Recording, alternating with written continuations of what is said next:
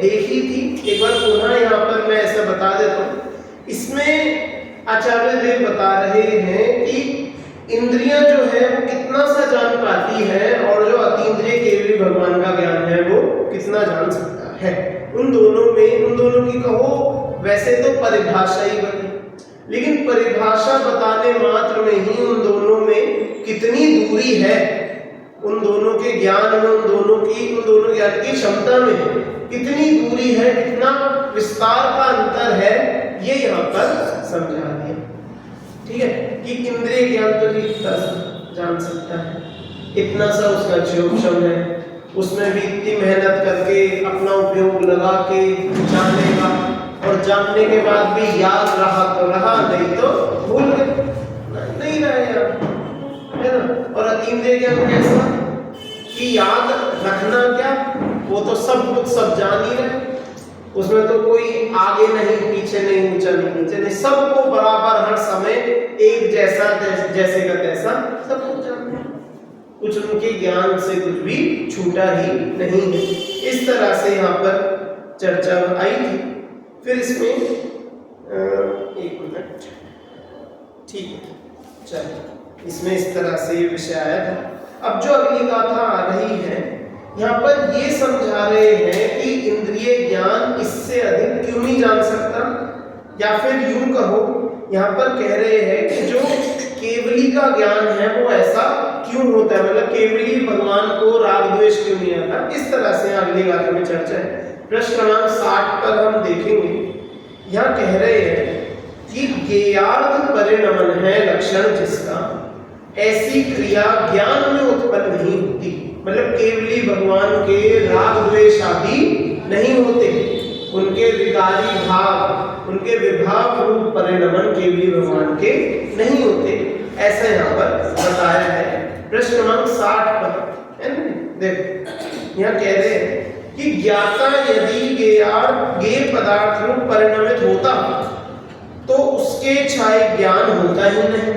जिनेंद्र देवों ने उसे कर्म को ही अनुभव करने वाला कहा है कि भैया जिसके ज्ञेयार्थ परिणमन होता है, ज्ञेयार्थ परिणमन क्या होता है कि ज्ञेयों के प्रति परिणमन होना, ज्ञेय रूप परिणमन होना। इस बात का क्या मतलब है ज्ञेयों के प्रति परिणमन?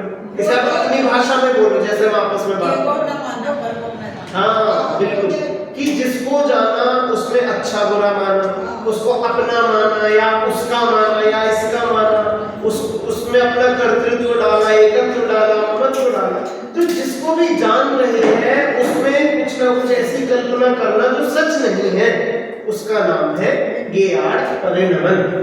अपनी साफ सीधी भाषा में हम ऐसे ही कहेंगे कि पर वस्तु जिसको हम जान रहे हैं उसमें अपनापन मानना, उसमें राग द्वेष मानना, उसको कहते हैं ज्ञेयार्थ परिणमन। ठीक है, और केवली भगवान के ये ज्ञेयार्थ परिणमन नहीं होता। क्या नहीं होता? ज्ञेयार्थ परिणमन नहीं होता है, इसलिए ही वे केवल ज्ञानी है। और ये ज्ञेयार्थ परिणमन तो किसके होता है कि जो कर्मों का अनुभव कर रहे हैं। अब देखो यहाँ पर ये नहीं बोला कि जिनके कर्म है उनके ज्ञात परिणाम होता है, ऐसे नहीं बोला है ना, क्योंकि कर्म तो 14वें गुण स्थान तक भी है कि नहीं है, कि पूरे पहले से 14 गुण स्थान तक सबके कोई ना कोई कर्म है कि, तो जिनके कर्म है उनकी बात नहीं, यहाँ कह रहे जिनको कर्मों का अनुभव है, मतलब जो उन कर्मों के आधार पर ही जो जी रहे हैं, कर्मों ने यहाँ भेजा यहाँ चले गए, कर्मों ने वहां भेजा वहां चले गए, कर्मों ने राग द्वेष उगा दिया, पैदा कर दिया तो कर लिया, कषाय आ गई तो कर ली। जो इन कर्मों का अनुभव करते हैं उनके ज्ञेयार्थ परिणमन होता है, इसका नाम है ज्ञेयार्थ परिणमन। ख्याल में आया सभी को? मतलब यह इतना कहना चाह रहे हैं कि सच्चे ज्ञान में ज्ञेयार्थ परिणमन नहीं हो सकता, इतना यहाँ समझा। अब प्रश्न क्रमांक 62 पर हम चलते हैं। देखो यहाँ क्या कह रहे हैं कि ज्ञेयार्थ परिणमन और उसके फलरूप क्रिया का कारण क्या है, आखिर ये होती कैसे। अब भैया आप कह रहे हो कि ज्ञान में ये नहीं होती, तो ज्ञान तो हम सब में, हम क्यों करते हैं ज्ञात परिणाम? हमें तो नहीं करना। बताओ क्यों कर रहे हैं संसारी जीव ज्ञात परिणाम क्यों करते हैं, क्या कारण है? तो कारण इसके देखो बताए, जिनवरों में श्रेष्ठ तीर्थंकरों ने संसारी जीवों के ज्ञान वर्णादि कर्मों के उदय प्राप्त कर्मांश नियम से होते हैं, ऐसा कहा है। उन उदय प्राप्त कर्मांशों के होने पर यह जीव मोही, रागी और द्वेषी होता हुआ बंध का अनुभव करता है। अब देखो कि कर्म जिनके हैं और कर्म जिनके की सभी के हैं, जो जीव है उसके कर्म होते हैं। होना मतलब अभी संसार की बात कर रहे हैं कि संसार दशा में जो कोई जीव है उन सबके कर्म होते होते हैं, ऐसा तो बिल्कुल नियम से भगवान ने कह दिया। अब जब इन कर्मों का उदय, इन कर्मांशों का जब उदय होता है तब उससे क्या होता है कि जीव मोही, रागी और द्वेषी होता है।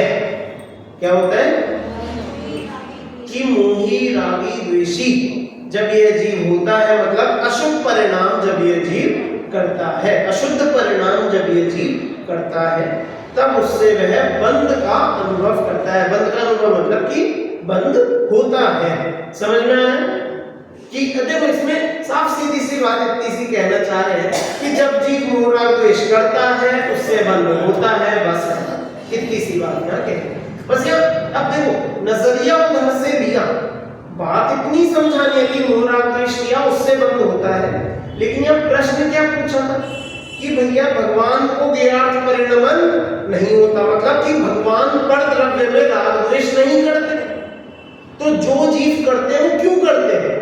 सवाल यहाँ पर ऐसे देखो उठाया किस तरीके से कि भैया वो तो दुखी नहीं है, हम क्यों दुखी है? कि भैया हमें जब मोह का उदय आता है, कर्मों का उदय आता है, तो उसके कारण हम मोह राग द्वेष करते हैं। ठीक है, ख्याल करें। तो इतना यहाँ पर ये समझाना था। देखो बातें इसमें समझने की ओर है जो हमने यथा समय यथा योग्य हमने चर्चा करी है। तो यदि आपको सवाल हो जरूर पूछे, पर हम पूरी चर्चा भी ना करते हुए हम जो विषय है वो हम प्रारंभ करेंगे। देखो हाँ, तो उसको परिणाम उतना नहीं होगा। बिल्कुल सही बोला आपने कि भैया जो वो है ना उसकी पुरुषार्थ सिद्धि उपाय में श्लोक है कि जितने अंशों में तो राग है उतना तो बंध होगा, और जितने अंशों में सम्यक दर्शन है उतना नहीं होगा। और ऐसे ही सम्यक ज्ञान और सम्यक चारित्र के लिए भी ऐसे एक श्लोक कहने का मतलब जितनी विशुद्धता बढ़ेगी तो उतना उतना राग नहीं है, तो उतना उतना बंध भी नहीं। तो बिल्कुल देखो है वो सब इसी सिद्धांत पर आधारित कि जितना राग उतना बंध है ना। बिल्कुल बिल्कुल सही, बिल्कुल सीधी सीधी बात है, इसमें कोई कुछ विचारने की वो बात नहीं है ना। चलो अब देखो अगली प्रश्न पर 63 प्रश्न पर हम देखते हैं। यहाँ कह रहे हैं कि यद्यपि केवली भगवान के भी विहार आदि क्रियाएं देखी जाती है तथापि उन्हें उससे बंध नहीं होता। कि अब बोलो कि भैया हमारे महल है, अरिहंत भगवान के महल है कि हाँ उनका समुशरण है, और हमारे महलों से कुछ ज्यादा ही अच्छे हैं। हमारे सेवक है कि है, और उनके सेवक है उनके हमसे बहुत ज्यादा हैं। उनकी पूजा होती है, उन्हें उनके सब पास जाते हैं, उनसे सब याचना करते मांगते कि वो तो इतने बड़े काल में कुल मात्र तीर्थंकर 24 ही हो रहे है ना। उनकी प्रतिमाएं बनाकर लोग अपने नगरों में मंदिर बना के उनकी प्रतिमा रखते हैं, उनकी उन पत्थर की जो प्रतिमा बनाई उनकी सेवा करते हैं। तो भैया उनको तो बहुत पुण्य होते हैं, ऐसे ही है। तो बताओ वो कितना उन्हें बहुमान आएगा, कितना।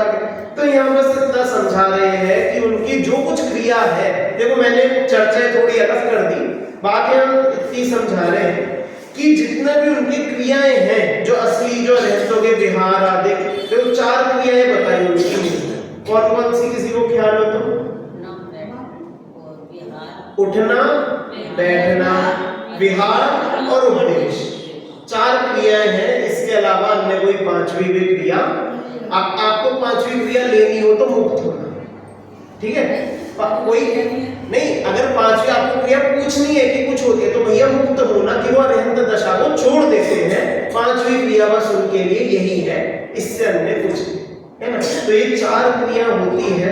अब ये 4 क्रियाएं कैसे होती है और इनसे बंद नहीं होता।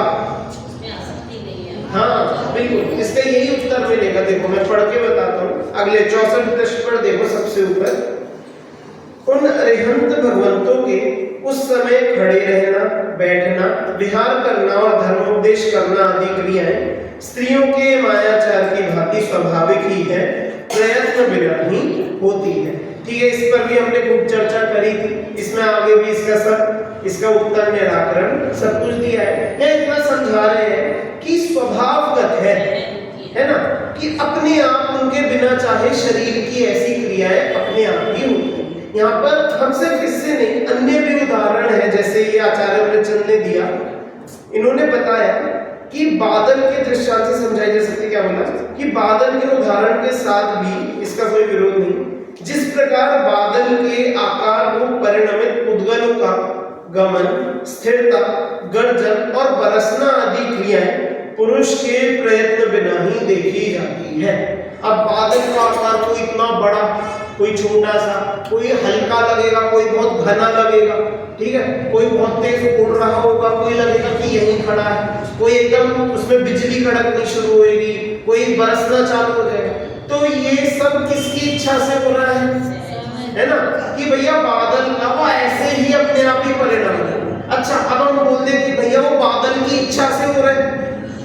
अगर हम बोल दे कि चलो और किसी की इच्छा से नहीं, बादल खुद इच्छा करके कर रहे हैं, तो भैया वो तो उद्गल की अपनी कैसी इच्छा, उद्गल की तो ज्ञान ही नहीं, उद्गल तो भैया जड़ है, उसकी क्या इच्छा हो सकती है। तो इसका मतलब उसकी जैसे सिर्फ बादल नहीं, सारे ही उद्गल द्रव्यों की क्रियाएं अपने आप ही होती है, अपने आप उनका खुद का परिणाम चलते रहता है। अब ऐसे ही हम कह सकते हैं कि भैया रेल भगवान का जो शरीर है वो अपने आप ही क्रियान्वित होता है, समय के अनुसार अपने आप उठना बैठना सब कुछ अपने आप को चलता रहता है, उसमें उनका कुछ नहीं है, उसमें उनकी कुछ आसक्ति, उनका कुछ क्रियान्वयन, उनका कुछ नहीं है, सब सहज ही होता है ना। चलो अब प्रश्न क्रमांक 66 खोले। अब यहाँ पर बता रहे हैं कि भैया कि तीर्थंकरों के पुण्य का विपाक अकिंचित कर है। अकिंचित कर मतलब हाँ कि कुछ भी नहीं करता, अकिंचित कर कुछ भी नहीं करे।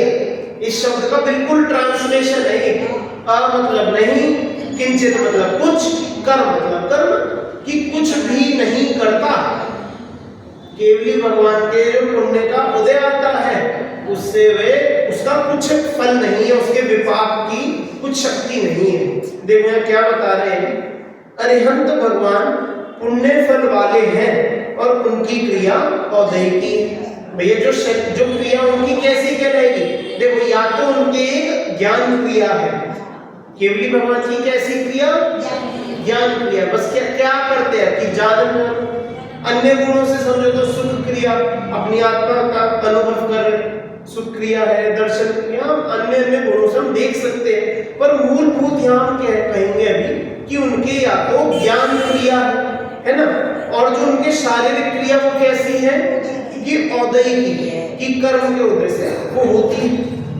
देखो किंतु मोह आदि रहित है, इस कारण वह औदैकी क्रिया भी क्षायिक मानी गई है। लो जी और इससे बढ़िया बात क्या बोल सकते हैं, क्या बोला कि उनकी औदैकी क्रिया क्योंकि मोह नहीं है इसलिए वो भी क्षायिक है। समझ में आया, समझे? जैसे एक तलवारबाज है, बहुत तेजी से और बहुत ताकत से तलवार चलाता है, कि वो ऐसी तलवार चलाता है उसके सामने जो कुछ आ जाए सब कुछ दो हिस्सों में काट दे, कुछ भी आ जाए, पत्थर भी आ जाए, खूब बड़ा चट्टान आ जाए, पर्वत आ जाए, वो उसको भी काट दे। ठीक है, बहुत तेज चलाता है। अब हम बोले कि कुछ भी, देखो हम कल्पना कर रहे हैं ना, समझ में, ये टेबल, इसका पाँव, ये पैर ये खुल रहे हैं, देख लेने कहीं गिर ना जाए वाली टेबल, ये पैर ऐसे इसका टेबल का हो गया। हाँ और ये इसका ये भी ये लोग हटा दिया हाँ? हट गया है इनसे। हाँ चलो कोई नहीं, अभी आप देख लेना बाद में। मैंने इसलिए किया कि कहीं गिर जाए लग जाए पैर में। देखो चल, अब जैसा वो तलवारबाज है वो उसमें इतनी ताकत और इतना उसमें बल है, इतनी उसकी वो कला है कि बहुत अच्छा तलवारबाज है। अब हम बोले भैया तुम्हें कागज काटना है, एक कागज रखा है, कागज काटना है, पर हम तुम्हें तलवार नहीं देंगे, हम तुम्हें कोई तलवार नहीं देंगे तुम्हारे हाथों में काट। अब बताओ कितनी तेज हाथ चलाए कि वो कागज में ऐसे तलवार की तरह जैसे कटता है वैसे कट दे, कागज फट जाएगा हाथ से मार के, वो सल जाएगा, दब जाएगा, कुछ हो जाए, लेकिन जैसे तलवार से कटता है वो काट नहीं सकता। क्यों? क्योंकि वो हाथ में तलवार ही नहीं, तलवार हमने छीन लिया। बताओ तलवारबाज की कहां गई तलवारबाजी, कहां गई? कितनी ताकत रही उसकी तलवारबाजी की? ऐसे ही ये अनादि कर्म बहुत तेज है, खूब नचाते हैं, खूब हमें काटते हैं, खूब हमें दुख देते हैं, लेकिन जब हम इनसे भी तलवारी छीन लें, हमने इन कर्मों से मुंहों को छीन लिया, अब मारो, आओ खूब नाचो कूदो, आओ उदय में, क्या करोगे? करेंगे। क्यों नहीं कर सकते कुछ? क्योंकि हमने उनकी ताकत छीन ली। क्या छीन लिया? उनकी ताकत। जो ताकत क्या थी? उनका मोह, हमारा जो मोह, हमने उस मोह को उनसे छीन लिया। वो भैया नाचते रहो, कूदते रहो, क्या करेंगे? कुछ नहीं कर सकते, ताकत ही नहीं है। समझ में आया? तो इसका नाम है कि अरिहंत के पुण्य का विपाक अकिंचित कर है, कि पुण्य के फल से तो होता है, उनकी क्रिया कर्म के उदय से तो होती है, लेकिन क्योंकि मोह नहीं है इसलिए वे भी क्षाई क्रिया ही है। वो भी ऐसी है कि भैया वो कुछ समय में मुक्ति को ही प्राप्त होंगे, इस संसार के अब वो नहीं बचे, अब तो बस उन्हें मुक्ति ही होना है, बस इस भव के वे बचे, है ना। इसका नाम है किंचित कर होना। अब आती है अपनी अगले पृष्ठ पर गाथा नंबर 46। इससे हमें चर्चा अपनी प्रारंभ करनी है, ठीक है। अब थोड़ा ही समय है तो अब हम इससे पूरी चर्चा अपनी आप चालू करेंगे। एक बार थोड़ा सा हम इसका ये उठाने का हम पढ़ेंगे। पृष्ठ क्रमांक 69 पे आइए, सबसे ऊपर 69। देखो 45वीं गाथा में यह कहा है कि केवली भगवान की विहार आदि क्रियाएं औदैकी होने पर भी क्षायिकी के समान ही हैं, क्योंकि राग आदि भावों के अभाव में उन क्रियाओं के कारण उन्हें बंध नहीं होता। ठीक है, ये बात तो तुमको समझ में आ गई, है ना।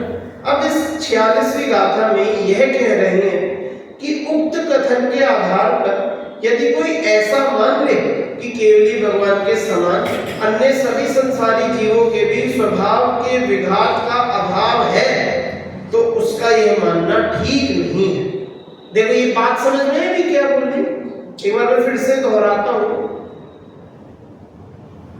यदि इस आधार पर, किस आधार पर? कि केवली भगवान के औदैहिक क्रिया भी क्षायिक है, इस आधार पर यदि कोई ऐसा मान ले कि केवली भगवान के समान अन्य सभी संसारी जीवों के भी स्वभाव के विघात का अभाव है, कि भैया संसारी जीवों के भी भैया जो स्वभाव है उसका तो घात नहीं हो सकता। जो आत्मा है, आत्मा के स्वभाव का कभी घात हो सकता है क्या? कि स्वभाव तो भैया जैसे है वैसे ही रहेगा, उसका प्रकटपना जो हो सो हो, उसकी क्रियाएं जो हो सो हो, लेकिन स्वभावगत तो शक्तिगत तो आत्मा जैसी है तैसी रहेगी, है ना। तो यहाँ कह रहे यदि कोई ऐसा मान ले कि सभी जीवों के भी स्वभाव के विघात का अभाव है, तो उसका ये मानना ठीक नहीं है। क्यों? क्योंकि संसारी जीव तो स्वयं शुभाशुभ भाव रूप परिणमित होते हैं और इस कारण उन्हें बंध भी होता है। अब यहाँ पर देखो, यहाँ पर उन्होंने चोर पकड़ लिया। सीधी भाषा में बोले तो आचार्य कुंद ने यहाँ पर हमारा चोर पकड़ लिया। क्या बोल रहे कि भाई अच्छा कि केवली भगवान के तो बंध नहीं होता। क्यों? क्योंकि वो अपने स्वभाव का अनुभव करते हैं, वो राग द्वेष नहीं करते। तो भैया स्वभाव तो हमारे पास भी है, हम भी रागी द्वेषी नहीं है और हम भी ऐसे संसारी नहीं है, हम भी उनके जैसे ही। तो ये तुम गलत बोल रहे हो।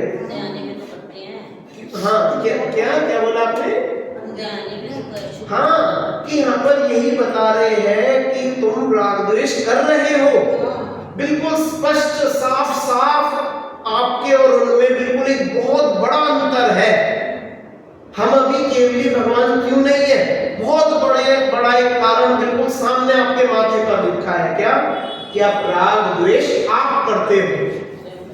देखो क्या बोला कि आप राग द्वेष करते हो, मतलब इस बात का हमें ऐसे कहो कि हमें दोषी ठहरा रहे हैं।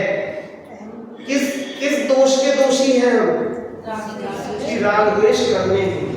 संसारी जीवों के राग द्वेष होता नहीं है, संसारी जीव राग द्वेष करते हैं। अब देखो करने की बात यहाँ कहां से आ गई? एक तरफ तो कहते हैं एक द्रव्य दूसरे द्रव्य का है ना, तो फिर ये क्या कह रहे कि क्या करता है? तो यहाँ पर बात ये है कि हम अपना तो करते हैं, एक द्रव्य दूसरे का तो नहीं करता, लेकिन एक द्रव्य उस एक का तो कर रहे नहीं कर रहा। मतलब जो एक द्रव्य है वो अपना तो करता कहलाएगा ना, कि अपना भी वो करता नहीं है, तो है करता। तो अब जो एक आत्मा है यदि वो राग द्वेष कर रही है तो बताओ किसने किया? अगर वो द्रव्य वो जीव जो है वो अपना ही करता है तो राग द्वेष भी उसी ने किया। अब कोई बोले कि नहीं नहीं कर्मों ने राग द्वेष करवा दिया, तो हम बोलेंगे एक द्रव्य तो दूसरे द्रव्य का करता ही नहीं। फिर कैसे बोलोगे और पे डाल के देखो? अब कैसे इल्जाम कर्मों पे डालें? समझ में आया कि अगर हम अन्य का नहीं कर सकते, यदि हम अन्य के कर्ता धर्ता नहीं बन सकते, तो अन्य भी हमारा कर्ता धर्ता नहीं हो सकता। जो करना है हमें अपना स्वयं ही करना है। समझ में आया? देखो अब ये गाथा और पद्यानुवाद अब हम पढ़ते हैं। देखो जदि सो सुहो वसुहो न हवदिया स्वयं सहावेण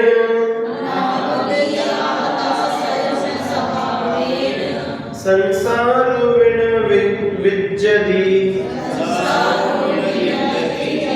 संवेसिं जीवकायां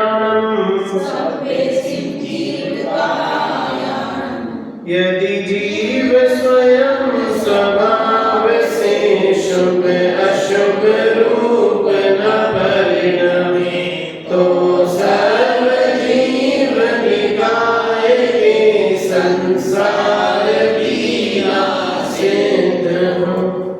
क्या बोल दिया? कुछ समझ में आया किसी को? गाते है ना, आए ना? देखो एक हिंदी पढ़ता हूँ।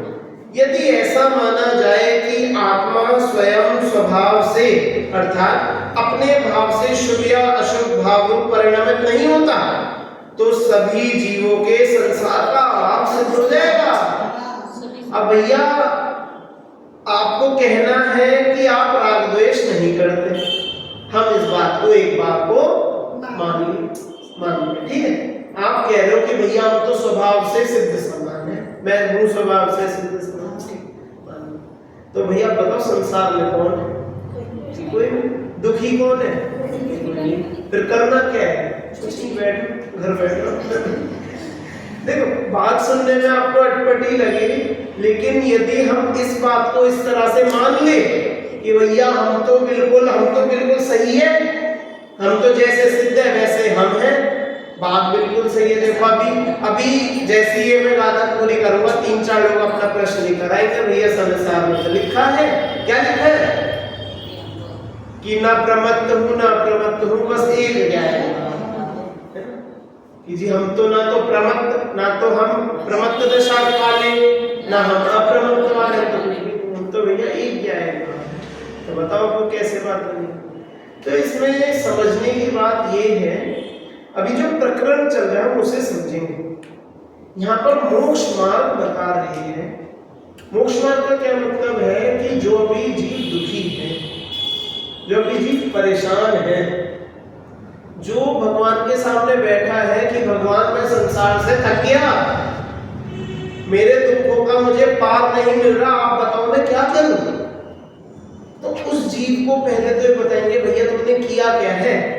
अब वो बोले हूँ स्वभाव से सिद्ध समान, तो उसे तो ये बोलेंगे ना, नहीं भैया अगर तुम सिद्ध समान होते तो तुम यहाँ घूम ही रहे होते। समझ में आएगा कि जो जीव अपने को इतना स्वतंत्र होकर ऐसा मान ले वो ऐसा दुखी हो ही नहीं सकता। वो ये उसे पढ़ने की जरूरत ही नहीं है। वो ये कहेगा कि हाँ भैया हम तो है, ठीक है, ये क्या पढ़ा रहे, हम तो जानते हैं, हम तो इसी मार्ग में लगे हैं। लेकिन जो बस कह दे लेकिन इस बात को स्वीकारे ना, तो भैया वो तो बस कहनी में ही रह जाएगी। मूल स्वभाव से सिद्ध समान यदि कहनी में ही रहती तो बस वो कहते रह जाओगे, बचे में होगा क्या, मिलेगा कुछ भी नहीं। समझ में?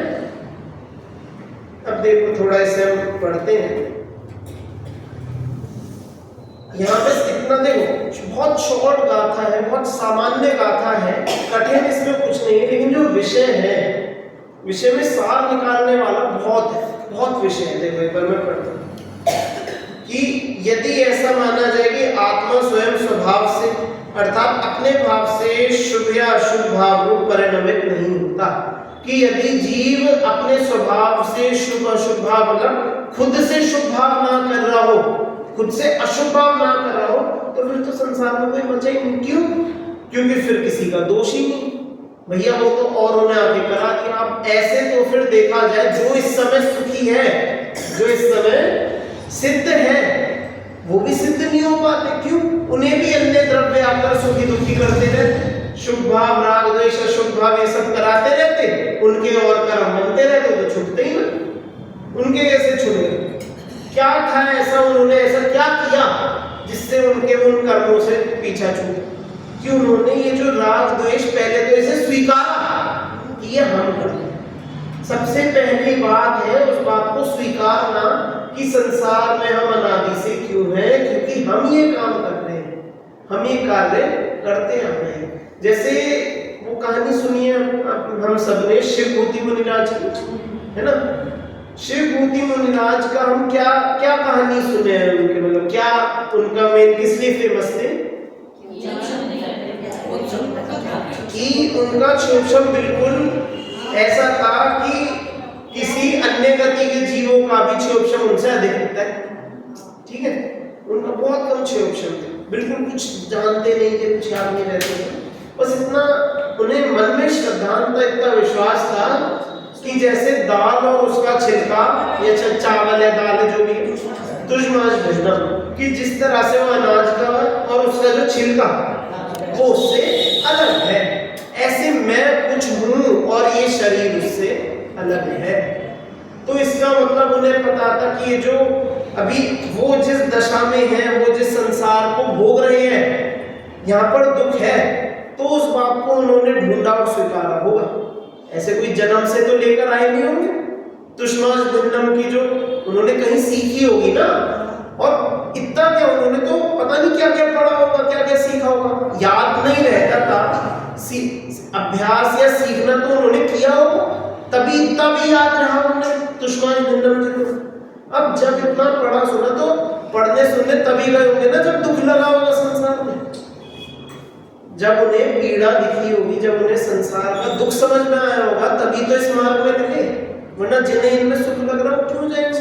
जिन्हें इन संसार में राग द्वेष में सुख लगता है क्यों ढूंढेंगे इस मार्ग? तो हम जितनी मतलब ऐसे कह देते ना शिवभूति मुनिराज को कुछ नहीं जानते, अरे भैया वो जितना जानते थे तुमसे ज्यादा ही था। भाव वासना से पहले जिज्ञासा थी, भाव वासना तो थी तभी वो समय दृष्टि होकर मुनि बन के मोक्ष हो, है ना? भाव वासना तो थी, भाव वासना से पहले जिज्ञासा, और जिज्ञासा से पहले अपने जो दुख का अनुभव था कि भैया मैं दुखी हूँ और मुझे इसका इलाज करना है, तड़प थी उस बात में उन्हें भाषण का, वरना भाषण के बिना इस मार्ग पर कौन लगे, है ना? अब जैसे कई बार हम ऐसी कहानियां अन्य मुनिराजों की और भी सुनते हैं कि जैसा देखो मुझे ऐसे किसी नाम से कोई कहानी याद नहीं आ रही, पर जैसे ऐसे कोई बालक है, मुनिराजों के दर्शन करने गया, दर्शन किए और ऐसे ही वहां बैठे बैठे मन हुआ कि दीक्षा ले लेता, मुनिराज ने दीक्षा भी दे दी। गए तो थे छोटा सा बालक दर्शन करने और दीक्षा लेकर वहीं मुनिराज अब बताओ हम क्या कहें ऐसे बालक के लिए कि वो दुखी था या नहीं था, वो क्यों गया, क्या किया, ऐसे में क्या सवाल उठाए। हम देखो ये पूछा जा सकता है कि बेटा आप मूलराज क्यों बन गए? भाई 11 साल का बालक है, आप 11 साल के बालक को आप कितना समझदार मानते हो? आपके सामने 11 साल का बालक खड़ा, आप क्या मानोगे? आप उससे कितनी उम्मीद करोगे कि ये कितना समझदार है ना? हम तो ये कहेंगे छोटा बच्चा, इसे क्या पता कुछ दुनिया में। वो तो 8 साल के थे, वो तो और 8 साल के थे जी, है ना?